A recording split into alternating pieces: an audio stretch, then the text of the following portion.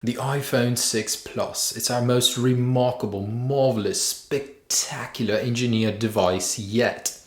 Well, just kidding, guys. In this video, I want to cover the iPhone 6 and let you guys know what this device is all about. Everybody seems to be talking about specs. Well, specs aren't everything. So in this video, I want to show you what the iPhone 6 Plus is good at, why you'd want it, and what it's bad at. So what I'm not going to do is read you a list of specs. I've actually used the device for about a week now, and I can go ahead and tell you firsthand what it's like from an iPhone 5S user going to a huge screen and what I like about it, what I don't like about it, just give you a general review of the iPhone 6 based on actual usability. I've been using smaller devices for a while, the 3G, 4S, the 5, and I've been using the 5S before actually upgrading to the 6 Plus. It wasn't intentional. I just got it a few hours before I got the iPhone 6 and I had to spend some time with it. I loved it. I mean, I couldn't let it go. But the first thing you need to accept is that it's not a one-handed phone. This thing is going to be so hard to use with one hand. It's intended to be used with two hands, and you just got to let go of the mentality that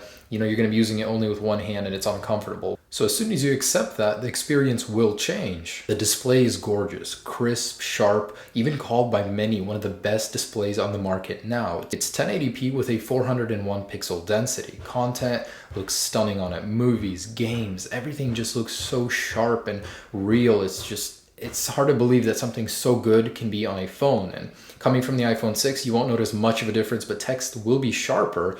And that also ties in with one of the negative aspects, is that many app developers haven't had time to update their apps and make them sharper to make up for the resolution on the 6 Plus. So some content could seem fuzzy and not the same, just a little blown up on the iPhone 6 Plus display. The iPhone 6 Plus is NFC equipped, so it will work with Apple Pay, which is probably the first standard mobile payment system to be put in place. This is one of the things I can't get enough of on the iPhone 6 Plus, and that's battery life. It literally lasts forever. Okay, 2 solid days of usage, but that's with a lot of video, a lot of music, web browsing. You're gonna notice that the battery on this thing is just indestructible. I love it. A whole day is nice, but having 2 days with heavy usage, man, thank you, Apple. The iPhone 6 Plus does a great job at that. Not only that, but in 10 minutes, you can charge about 10% of the phone if it's really down low. So this thing charges fast, even though it has a bigger battery, still charges as good as an iPhone 6. The design is nice. It seems to be a hit and miss with a lot of people, but I like it.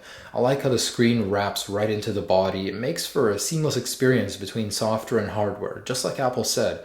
And sliding back on pages is easier now due to the curved edge of the display. It's nice. Now I could see that being a negative as well, because dropping this thing is now going to be easier. It's thinner, rounded edges. It's going to be hard to grip without a case on, so that is a negative for me. The camera on this thing is a dream. Because Apple actually changes the sensor for every iteration of the iPhone, it actually makes a difference. While the megapixel count stayed the same, the actual sensor changed, and a lot changed besides it. So now you get these crisp, beautiful photos. And while it's not a huge jump from the iPhone 5S, video recording is where the biggest change is. So all of these videos were taken with the 6 Plus. Not only does it have optical image stabilization, but 240 frames per second video. And man, you can get some really cool shots. All of these, again, on the 6 Plus. I cannot believe how good it is coming from a smartphone. The new focus pixels Apple added means you can get a fast focus, crisp focus in any situation if the iPhone's moving around even. It just works so well. The iPhone 6 Plus is a phone that's very hard to dislike. It does everything so well.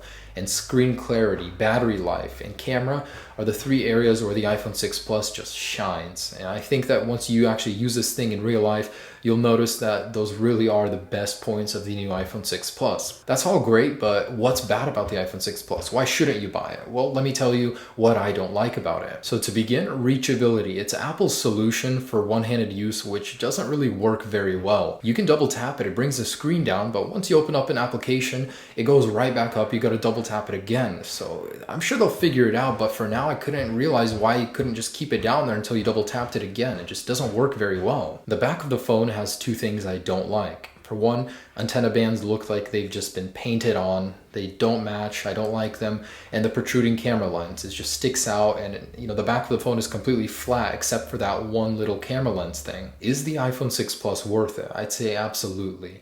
For Apple's very first time building a big phone, I'd say they did a very good job. Except for a few negatives here and there, it's generally a very solid experience, a beautiful combination of form and function. So that's my iPhone 6 Plus review. That's what I think of it and what I don't like about it. Hope you enjoyed this video, guys. Have a great day. Peace.